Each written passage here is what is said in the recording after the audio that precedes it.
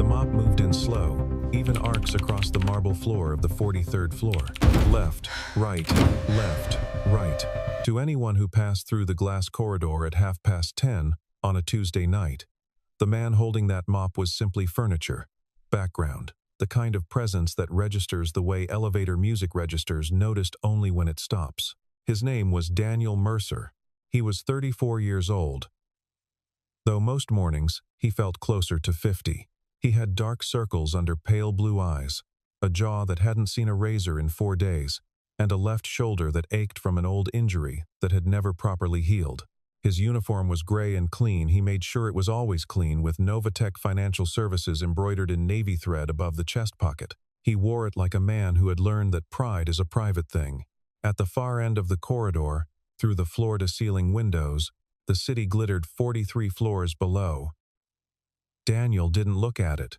He had stopped looking at the view 3 months into the job, when the novelty of height gave way to the arithmetic of hourly wages. The city was beautiful. It was also not a solution to anything. His phone buzzed. He pulled it out with one hand, still moving the mop with the other. "Sophie. Dad, can I read one more chapter?" He smiled. The smile changed his whole face, softened the edges, reached the eyes, made him look exactly his age for a few seconds. "Daniel, 1 chapter, then lights out. I mean it, Sophie. You always mean it, and I always read 3. Daniel, I know, 1 chapter. He put the phone away and kept moving. Sophie was 9 years old. She had her mother's stubborn streak and Daniel's tendency to go quiet when she was thinking hard about something. She lived for books, not the kind with pictures. She'd outgrown those by first-grade real books, dense ones. The kind she dragged home from the library in a bag that was almost as big as she was. Last week, it had been a children's encyclopedia of computer science. The week before, a biography of Ada Lovelace. She had asked him once, sitting at the kitchen table over a dinner of pasta and canned tomatoes, why he worked at night. "Doesn't it make you sad?" she'd asked. "Being there when everyone is asleep?" "Not everyone is asleep," he'd said. "The building never sleeps. But do you like it?" He'd looked at her for a long moment. The honest answer was complicated. The true answer was simpler. "I like that I can pick you up from school," he said. "I like being there when you wake up. The night shift gives me the mornings." She had considered this with the seriousness of someone making a legal judgment.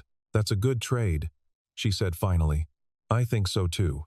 What he didn't tell her, what he never told her, was the rest of it. The way his supervisor, a red-faced man named Gerald, had a habit of snapping his fingers to get Daniel's attention. The way some of the junior engineers left coffee cups balanced on the edge of their desks like a dare.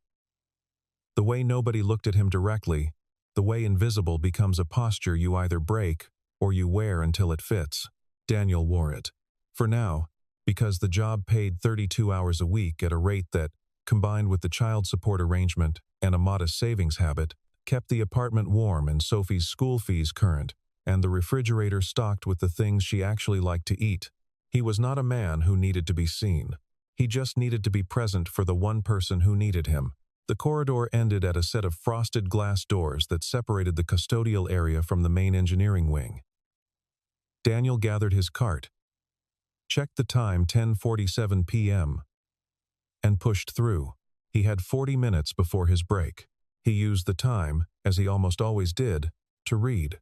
The whiteboards in the engineering bay were rarely fully erased. Partial diagrams, algorithm sketches, logic trees, half-drawn and abandoned, they accumulated on the boards like sediment, layers of thinking from people who thought fast and moved faster.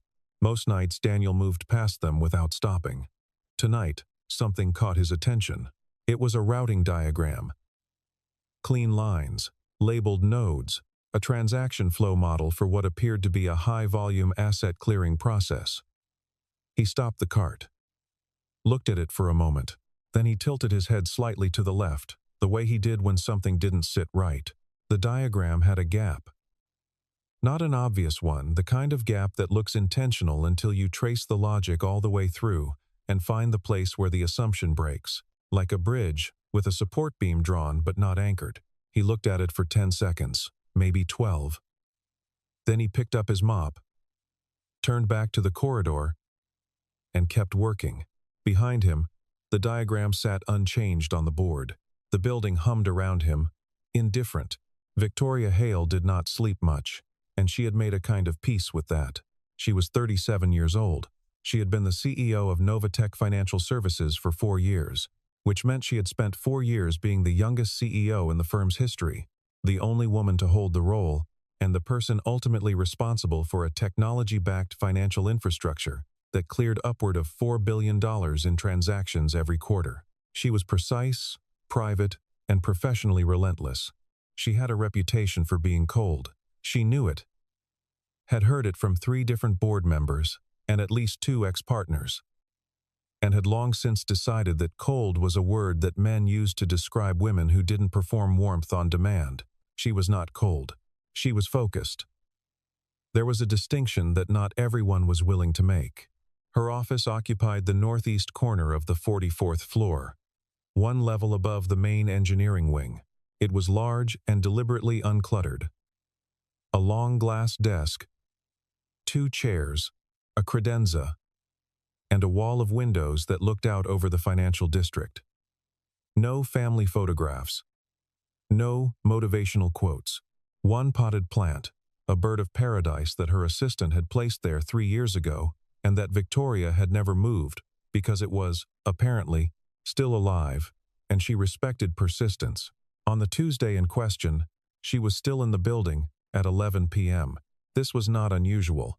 What was unusual was the number of people still in the building with her.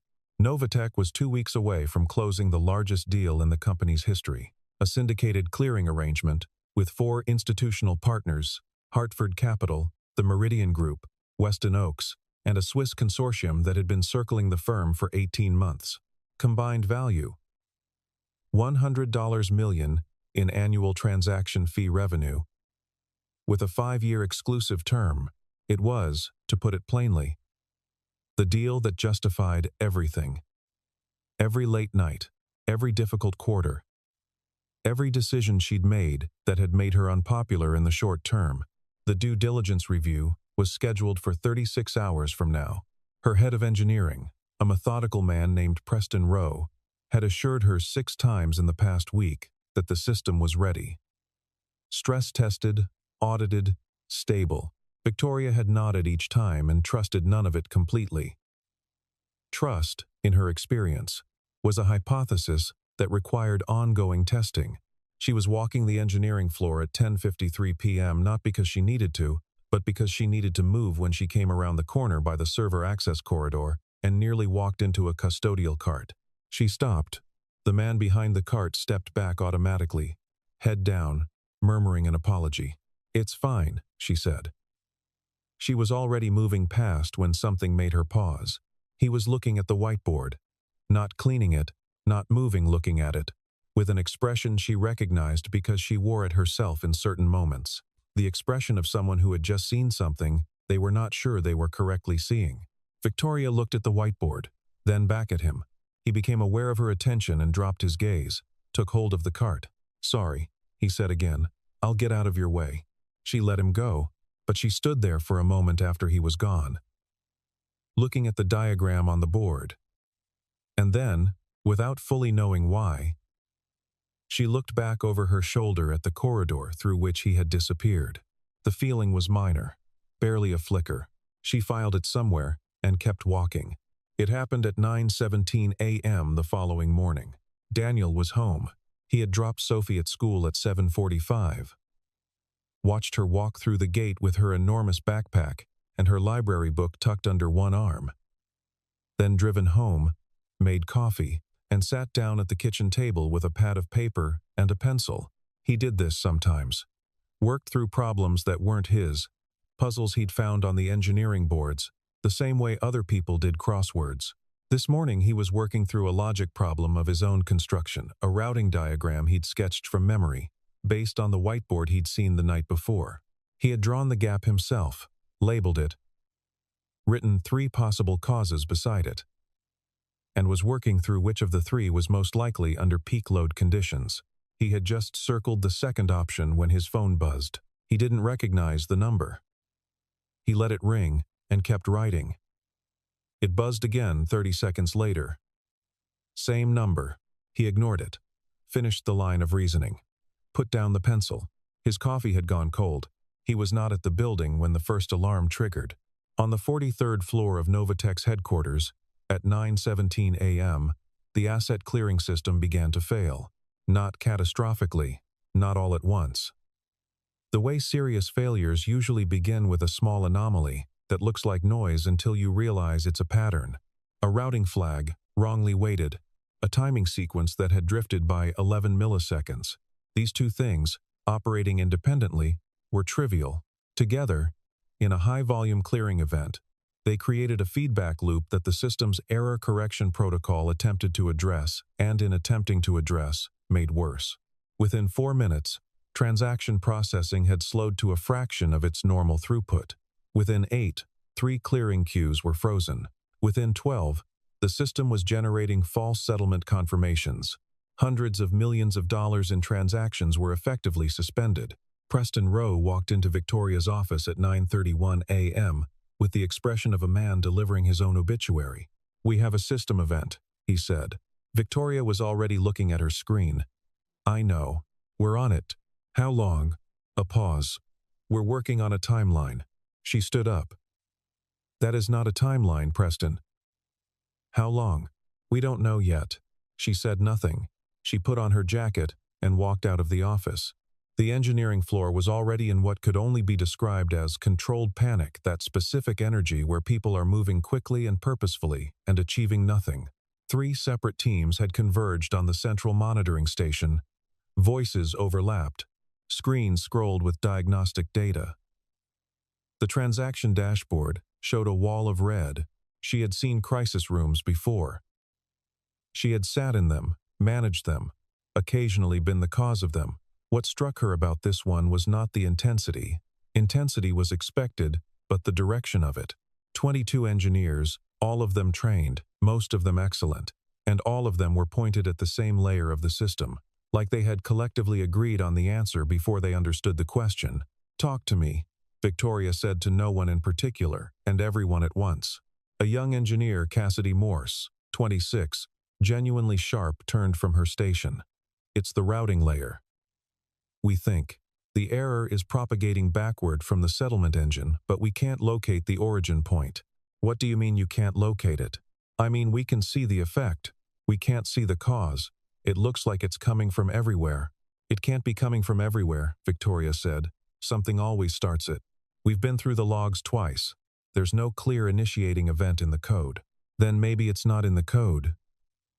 She said it quietly, almost to herself. A thought half formed. "Close the queues. If we close the queues, close them. Stop the bleeding first, then find the wound." She turned to Preston. "Get your whole team in this room in 10 minutes. Everyone. If someone is in a meeting, end the meeting." Preston nodded and reached for his phone. He would later say, in the debrief, that in 11 years of working in financial technology, he had never seen a system event with such a clean error pattern that was so completely invisible to the team looking for it. The pattern was there, he said. In retrospect, it was obvious. But they had gone looking for a code problem, because that is what code teams look for. The possibility that the error lived in the logic layer and the conceptual assumptions beneath the code was not on anyone's diagnostic checklist. It should have been. He knew that now. At the back of the room, unnoticed, a custodial cart was parked beside the window. The man pushing it had arrived on his usual schedule, having completed his morning tasks on the lower floors and moved up on rotation, entirely unaware of what he was walking into, until he pushed open the engineering bay doors and found himself in the edge of a storm. Daniel Mercer stood very still and watched. He watched for a long time.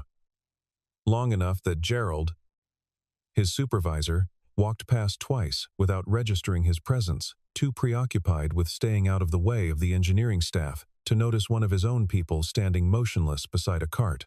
Daniel saw the boards, the error logs being scrolled too fast to read properly. He saw the way the engineers were treating the problem as a code problem, hunting through the implementation for a bug, when what he could see, From the pattern of the errors, from the shape of the failure as it played out on the diagnostic screen he could just make out from 40 feet away, was something structurally different. The error was not in the implementation. The error was in the assumption. He knew what the assumption was. He had circled it in pencil, at his kitchen table, 40 minutes ago. He picked up his mop. The weight of it was familiar. The right weight for a man doing this job. A job that paid the rent. A job it had taken 7 months to find. He set it down again. He thought about Sophie, about the school pickup at 3:15, about the fact that speaking up in a room where no one had asked for his opinion was the kind of thing that ended jobs, and ending this job meant pressure on the savings, and pressure on the savings meant pressure on everything else that held their life in its current, precarious balance. He thought about the diagram on his kitchen table, about the circled entry, and the 3 labeled causes, and the one he had underlined twice. He thought about being 9 months old in a hospital, which he hadn't experienced and didn't remember but which Sophie had, in some cellular way, been through. About what it meant to know how to prevent a thing and not prevent it. He picked up the mop. His hand tightened on the handle. Stop, he thought. And then, with the clarity that sometimes arrives when a person stops arguing with themselves, you know exactly what this is. And you are the only person in this room who does. He set the mop against the wall. He walked toward the center of the room. He approached quietly. He didn't announce himself. He didn't push through. He simply moved toward the edge of the central monitoring station with the same even, unhurried walk he used when he was carrying a replacement bulb or a box of cleaning supplies, the walk of a man who belongs in the room, which is not the same as the walk of a man who is welcome in it. "Excuse me," he said. Nobody turned. "Excuse me," he said again, slightly louder. Cassidy Morse turned first. She looked at him, the gray uniform, the Novatech embroidery, and her expression did the thing that faces do when they're reclassifying a person. "Sir, this area is restricted right now. I know." He kept his voice level. "I think the problem isn't in the code." She blinked. "I'm sorry?" "The error pattern.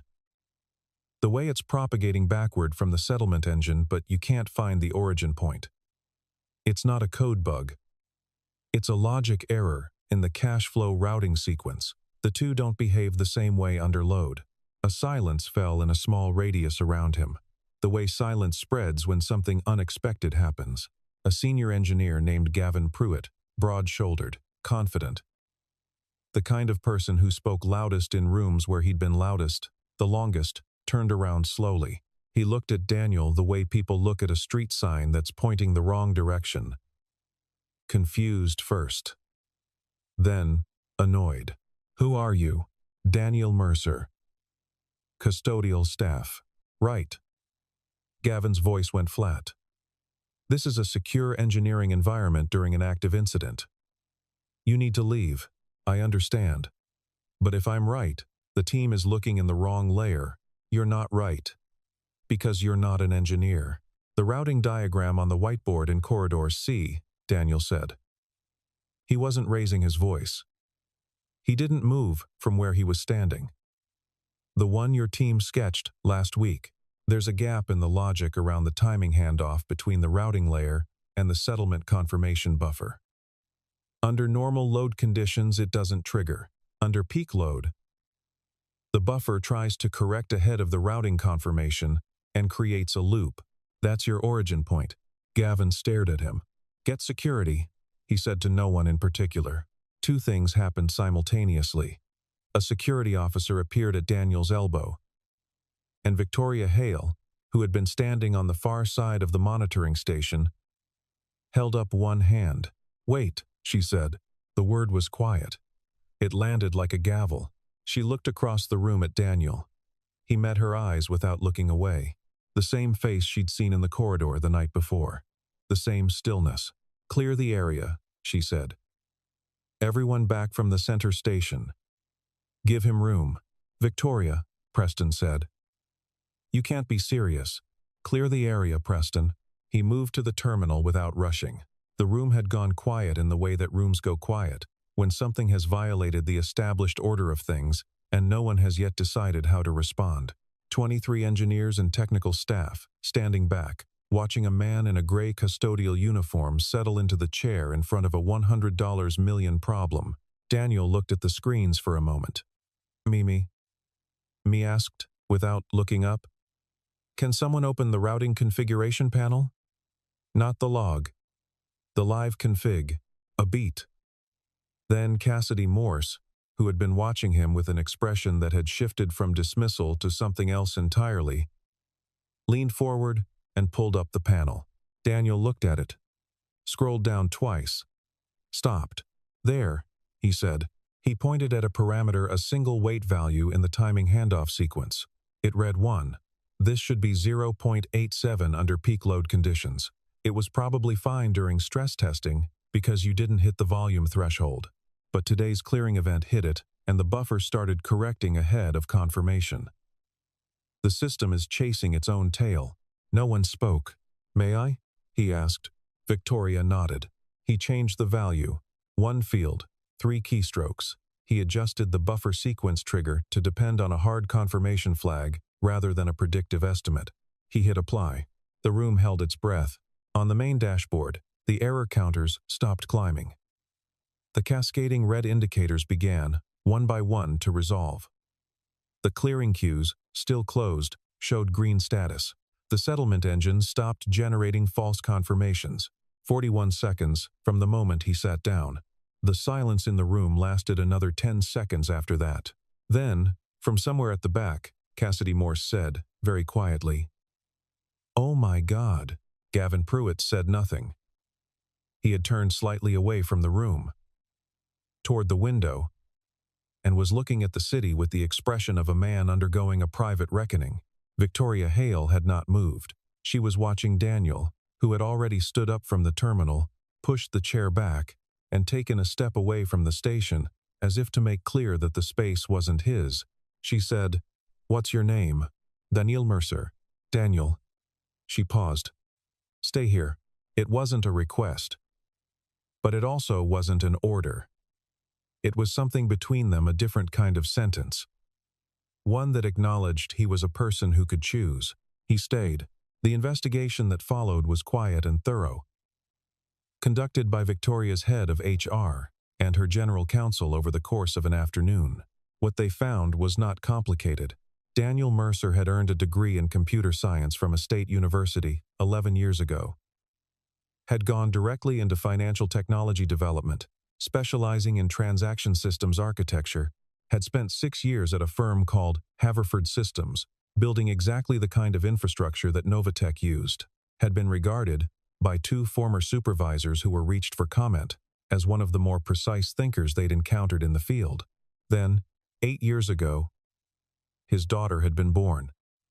6 months after that, his wife had left. And 14 months after that, there had been an incident. Not his fault, it was important to establish that, and the records bore it out. He had been working at a clinic's billing infrastructure as a consultant. A secondary contract. A system error. An error not unlike the one he'd just fixed had caused a medication dispensing interface to misfire. Several patients had received incorrect billing notifications. One of them, confused and distressed, had declined a procedure as a result. Sophie, who had been 3 months old, had been one of those patients. The procedure she'd needed was minor and was eventually performed with no lasting harm. But the window between the error and the correction had been 11 days.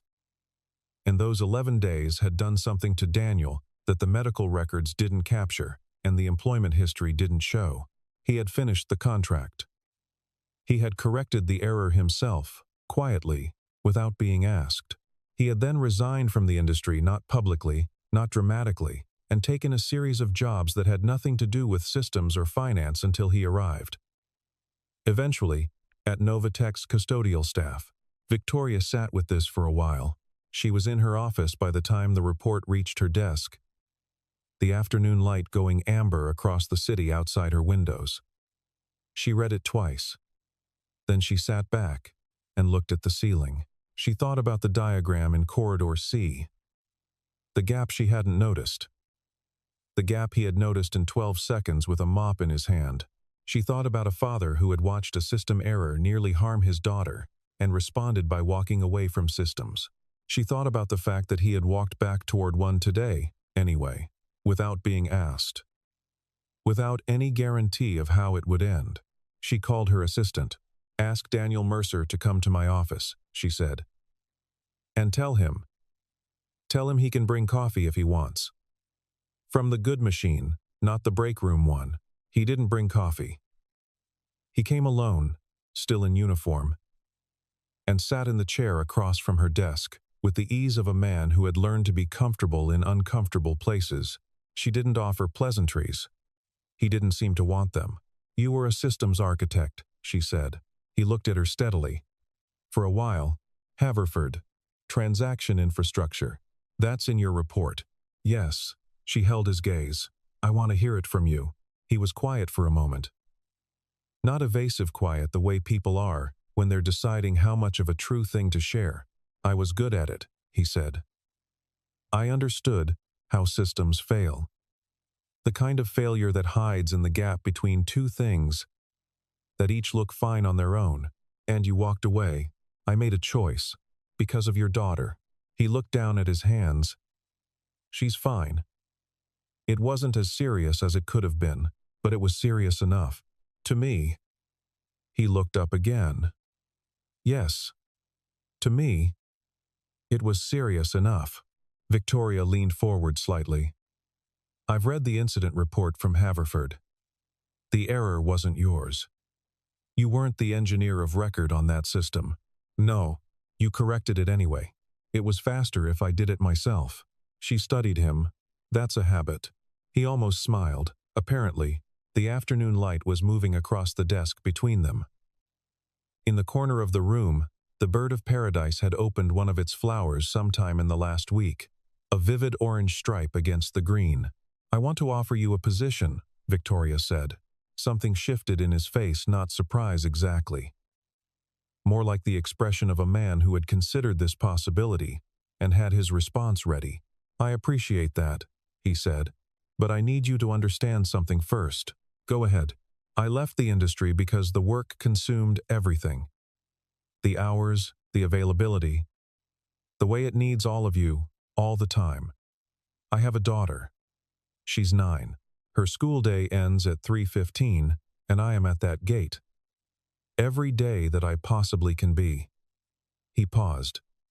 "The custodial job is a good job for me because it lets me be her father first. I'm not looking to trade that." She held his gaze for a long moment. "What if you didn't have to?" He waited. "What I'm proposing isn't a full-time engineering role. I'm not asking you to come back as a systems architect and work 60-hour weeks." She turned a piece of paper on her desk. "I'm asking you to serve as a senior technical consultant, specifically on system resilience and failure architecture. Your engagement would be project-based. You would set your own availability windows. The expectation is that you are reachable, but reachable on terms you define." He was still watching her. 3 days a week. Flexible hours, with a home office arrangement for analysis work. No mandatory travel. Compensation at the senior consultant tier, which is, she slid the paper across the desk. He looked at the number. His expression didn't change, but something happened around his eyes. "That's not what I was going to say next," Victoria said. "The compensation is one component. The second component is a full academic scholarship for your daughter, administered through Novatech's Educational Foundation, covering K-12 and university, at any institution she qualifies for." He looked up from the paper. For the first time in the conversation, he looked genuinely unsettled. Not overwhelmed, unsettled. The way you look when something touches a place you've been careful to keep protected. "That's a significant offer," he said. "I know." "Why?" She held his gaze. "Because I can," she said. Then after a pause, more quietly, "And because I think it's right." He put the paper back on the desk. He looked at it for a moment. Then at her. "Can I have a few days?" "Yes. I need to think it through. And I need to talk to my daughter." "Of course." She stood, At the door, he paused, turned back. "The diagram in corridor C," he said. "The gap in the timing handoff. That was in the whiteboard sketch your team made last week. If you'd caught it then, yesterday wouldn't have happened." She looked at him carefully. "I know," she said. "That's why I need you." The apartment was on the 4th floor of a building that had good bones and inconsistent heating. Daniel had lived there for 3 years. It was not large. It had a kitchen that opened into a living room, 2 bedrooms, and a bathroom with a shower head that ran slightly cold on the left side and slightly hot on the right, which Sophie had named the puzzle shower and treated as a daily engineering challenge. The walls of Sophie's bedroom were covered in a particular kind of organized chaos: a periodic table poster, a star map of the Northern Hemisphere, a hand-drawn diagram of a computer processor she'd copied from the encyclopedia and labeled in her own handwriting, the labels slightly wrong in 2 places and exactly right in all the others. Daniel had noticed the errors and said nothing. He thought she'd find them herself when she was ready. He made dinner chicken with rice, the simple version, the one Sophie liked better than the more elaborate variations he sometimes attempted. He set the table. He listened to her describe her day, which had involved a disagreement with her friend about the correct way to organize a bookshelf, alphabetically by author versus thematically by subject, a position on which Sophie held firm and principled views. "Thematic is better," she said, "because you want books that talk to each other to be near each other. What if 2 books could belong in 2 categories? Then you pick the more interesting one. How do you know which is more interesting?" She gave him a look that communicated, without unkindness, that this was a self-evident matter. He watched her eat and thought about how to start. He had been thinking about it since he left the building, about how to tell a 9-year-old the truth about her father, not the difficult truth, the one she already knew in the way that children know things without being told, but the forward-looking truth, the one about choices and what they cost and what they open. He had sat in his car for 11 minutes in the school parking lot that afternoon, Sophie in the passenger seat with Grace Hopper, before he was ready to drive home. She had not asked him what was wrong.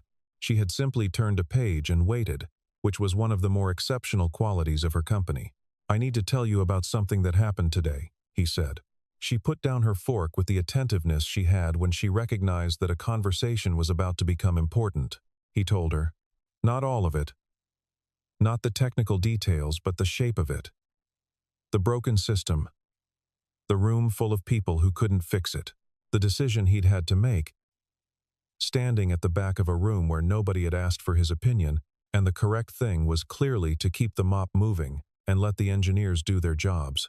He told her about speaking up, about the way the room reacted, about Gavin Pruitt's voice, and the security officer's hand at his elbow, and the one moment that had changed everything: Victoria Hale's hand going up, the single word. "Wait." Sophie listened without interrupting. When he finished, she was quiet for a moment, the particular quality of Sophie quiet that meant she was not composing a response but actually, genuinely thinking about what she'd heard. "You fixed it," she said. "Yes. Even though you didn't have to. Even though," she considered this, looked at her rice, looked up. "Why?" she asked. He thought about how to answer honestly. Not the easy answer. The one that sounded good because it was the right thing to do, which was true but incomplete, but the real one. The one he'd arrived at in his car in the parking lot. "Because I could," he said. "And because leaving something broken when you know how to fix it, that's its own kind of damage. Not to the system. To you. You carry it." She turned this over with the gravity of someone who takes words seriously. "Is that why you left before?" she asked. "Because something got broken, and you couldn't fix it fast enough?" The question landed quietly and precisely, the way Sophie's questions did when she had been tracking something for a long time without saying so. He was quiet for a long time. "Something like that," he said. "A system failed, and someone got hurt. Not seriously, not permanently, but I knew about the gap in the logic. I'd seen it, and I hadn't said anything in time. But it wasn't your system. No. So it wasn't your fault. Knowing it's not your fault doesn't always help," he said. "Sometimes you just feel the weight of the thing you didn't do." She was quiet. She picked up her fork again but didn't eat. just held it, looking at the table. "I think," she said slowly, "that if you could have fixed it and you didn't, that would feel bad. But if you couldn't have fixed it and you still feel bad, I think that's something different." He looked at her. "Where did you get that?" he said. "The Ada Lovelace book." She talked about taking credit only for what you actually did. "I think the same thing goes for blame." He sat back in his chair. The kitchen was warm, the lamp on the counter throwing soft light across the table. Sophie, holding her fork, with her mother's stubborn chin, and his tendency to go still when she was close to something true. "You might be smarter than me," he said. "I know," she said, in a tone that was not unkind. "But I got it from you." He didn't have an answer to that. "The woman I work for, the CEO, she offered me a new job," he said. "A different kind of job. Working on the systems. Making sure they don't break." Sophie's expression shifted. He could see her processing it. The practical dimension, the change, the risk, the shape of what their life would look like. She was 9 years old, and she thought about these things the way adults thought about them. Because she had, for most of her life, understood that their circumstances required it. "Would you still pick me up at 3:15? She asked. "That's the first thing I told her," he said. "I would always be at the gate at 3:15. "That's not negotiable." She looked at him for a long time with those clear, serious eyes. "Then I think you should do it," she said. "Yeah? Yeah." She picked up her fork again, satisfied, returning to her rice. "You're better at that than mopping anyway." He laughed genuinely, fully, the laugh that only Sophie could pull out of him without effort. It filled the small kitchen and bounced off the walls and landed in the air between them like something warm and solid. She smiled, pleased with herself, and ate her dinner. Later, washing dishes while she read at the kitchen table, he thought about the way the day had organized itself into a kind of logic he hadn't anticipated. The diagram at breakfast, the crisis at the office, the 41 seconds at a terminal. And now this, his daughter in the lamplight, a book open in her hands, at peace, in a way that he had spent 3 years building the conditions for. The new job would change things. Not everything, and not all at once, but the shape of their days would shift. The gray uniform, folded neatly in the closet, the custodial cart that he would hand back to Gerald at the end of the week, the hours that had belonged to buildings and corridors and half-erased whiteboards, redirected towards something that used more of him. He was not afraid of that. He found, rinsing a glass under running water, that he was ready for it. The readiness felt earned. He called Victoria Hale's direct line the following morning, shortly after 8 a.m. She answered on the second ring. "I've thought about it," he said, "and I'll accept. But I need to lay out a few terms that aren't on the paper. I'm listening. 3:15 p.m. is a hard stop. Not a soft boundary. Not a, we'll try, a hard stop. Every school day. If there's a conflict, the conflict gets rescheduled, not Sophie's pickup." "Agreed. I work remotely for analysis and review work. I come in for meetings that genuinely require my presence, not meetings that could be emails." "Reasonable. I don't want a title that implies more availability than I have. Senior consultant is fine. I don't want to be head of anything that implies round-the-clock accountability." "Understood. And one more thing." He paused. "The scholarship for Sophie, I want it structured so that it's hers, not contingent on my continued engagement. If I leave, or if something happens, the scholarship continues through to completion." Silence on the line. "Then, that's a significant ask." "I know." Another pause. He could hear her thinking.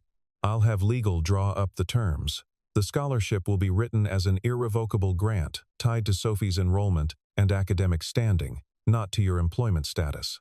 He exhaled slowly. "Then we have a deal," he said. "We do." She paused. "I'll have HR reach out about the transition. You don't need to finish out the custodial contract, we'll handle that internally." "I'll finish the week," he said. "I don't leave things unfinished." A beat of silence. "No," Victoria said. "You don't." 3 weeks later, the school was a 3-story brick building with a wide concrete yard and a line of oak trees along the fence that were just beginning to think about spring. Thin buds at the tips of the branches, not yet leaves, just the announcement of them. The kind of morning that smells like possibility before it smells like anything else. The gate opened at 3:10. By 3:15, the yard was full of the sound of children being released from the particular containment of a school day, streaming out into the afternoon in various states of exuberance and exhaustion. Some ran, some stood in clusters. A few walked with the considered dignity of people who had places to be. Daniel was there at 3:12. He was wearing his own clothes, dark trousers, a navy sweater, a jacket he'd found at the back of his closet that he'd forgotten he owned. He looked like himself, not like a janitor, not like an engineer, not like a man defined by either role, like a man who was exactly where he was supposed to be, doing exactly what he had decided the shape of his life was for. He had, that morning, attended his second official meeting as a senior technical consultant for Novatech. It had been a 2-hour review of the company's existing system architecture, during which Daniel had asked 12 questions and made 4 observations, none of which were gentle. Cassidy Morse had been in the room. She had been assigned as his primary liaison, a role she'd accepted with something between professional curiosity and the specific enthusiasm of someone who knows they are going to learn something useful. Gavin Pruitt had not been in the room. That arrangement, Daniel suspected, was not entirely accidental. Afterward, Preston Rowe had stopped him in the corridor. "The gap you identified in the timing handoff," Preston said. "It was in 3 other systems as well. We found them all this week." Daniel nodded. "I just want to..." Preston paused. He was a careful man, not given to speeches. "I want to say that I've been in this industry for a long time, and I have a particular kind of blindness, apparently, to problems that aren't in the code layer." He looked at Daniel directly. "You don't have that blindness. I developed a different one, probably," Daniel said. Preston almost smiled. "Probably. We'll find out." That had been 4 hours ago. Since then, Daniel had reviewed 2 architecture documents, flagged 1 structural concern in a summary note, and eaten lunch at his desk because he'd forgotten to plan otherwise. He had also, at 2:50, closed his laptop, put on his jacket, and walked to his car. He had not been late. He was never going to be late. Sophie came through the gate at 3:16, book under one arm, backpack listing to the left the way it always listed, as if gravitationally drawn toward whatever was heaviest inside it, which was usually 3 books and sometimes 4. She spotted him, and her face did what it always did, that immediate, uncomplicated brightness that he had learned years ago to treat as the most important metric in his life. Not the deal, not the systems, not the number on the consulting contract, which was significant, and which he had read 3 times to confirm he was seeing it correctly. This, the brightness on her face when she spotted him at the gate. "You're early," she said. "You're late," he said. "Mrs. Hendricks asked me a question." Was it a good question? No. It was an easy one. She fell into step beside him. "How was your first real week?" "Interesting. Did you fix anything?" He considered the question the way he considered all her questions honestly, without the impulse to simplify it into comfort. "I found 3 things that will break eventually," he said. "And I wrote up how to prevent them. So preemptive fixing. Which is better?" In some ways, she looked up at him with an expression of absolute approval. It was the same expression she gave a particularly well-organized bookshelf. "That's even better," she said. They walked to the car. The afternoon was mild and pale, the kind of March weather that hasn't decided yet what it wants to be. The oak trees threw thin shadows across the pavement. Sophie talked about her book. She'd moved on from Ada Lovelace to a biography of Grace Hopper, which she'd found on the same library shelf, and considered a thematic continuation rather than a change of subject. "She invented something called a compiler," Sophie said. "I know who Grace Hopper is," Daniel said. "Did you know she also found the first actual computer bug? Like, a real bug. A moth." "I did know that. Do you think that's why they call them bugs?" "That's the story, yes." She considered this with the thoroughness she brought to everything. So the whole history of software debugging came from one moth. One moth that got into one machine at the wrong moment, more or less. That's very small for something very big. He glanced down at her. The light caught the side of her face, and she looked, in that moment, so purely herself that it was almost difficult to look at directly the way certain things are. "Yes," he said. "It is," she said. "Is Victoria Hale nice?" He thought about how to answer that honestly, without making it complicated. Or rather, without making it dishonest by simplifying it. "She's fair," he said. "She's very smart. She's not particularly warm. In the way that people call warm, she's not someone who asks about your weekend. But she listens. When she decides something is worth paying attention to, she pays attention completely. She doesn't miss things twice." "That sounds like you," Sophie said. He looked at her. She was looking ahead, matter of fact. As if she'd simply stated something obvious that didn't require elaboration. "Maybe," he said. "Is she nice to you?" "She's respectful," he said. "Which is what matters." Sophie seemed to find this satisfactory. She opened the Grace Hopper book to her page and tucked herself into the passenger seat. And Daniel closed the door and walked around to the driver's side. He sat in the driver's seat and looked at her for a moment, reading already, brow slightly furrowed, entirely absorbed in something that had nothing to do with him, which was exactly as it should be.